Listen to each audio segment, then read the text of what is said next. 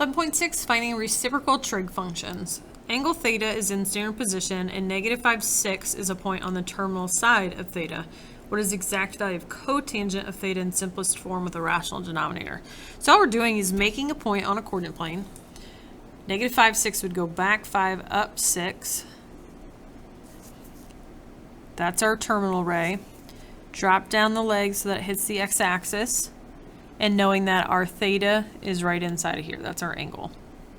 Okay, so then figuring out dimensions, I went back 5, so this is the negative 5. I went up 6, so this is 6. Cotangent is the reciprocal of tangent. So tangent is opposite over adjacent. Now we want cotangent to be adjacent over opposite. Okay, so we've got everything we need, which is wonderful.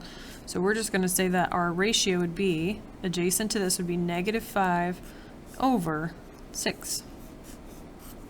So that's it.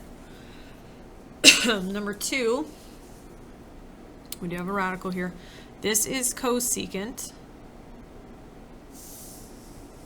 Oh, so this is, okay, this is a different wording. This is cosecant of angle A.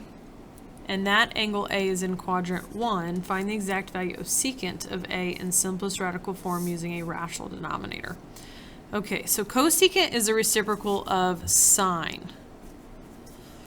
So sine is normally opposite over hypotenuse, but now we need to switch it so that this is the hypotenuse and this is the opposite. So I'm going to draw my axes again. It tells me it's in quadrant 1. Doesn't matter its size. Here's my angle.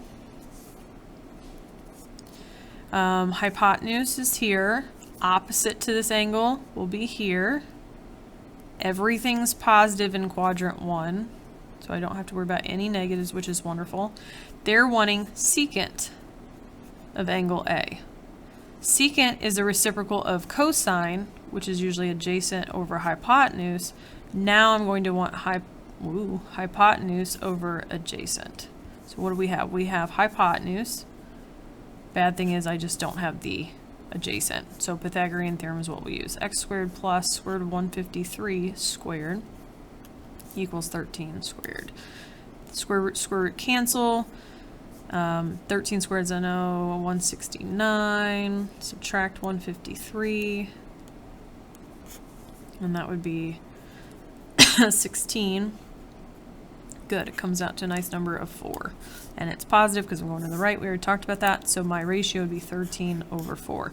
Doing exactly what we did before, just again getting used to seeing cosecant, secant, and cotangent.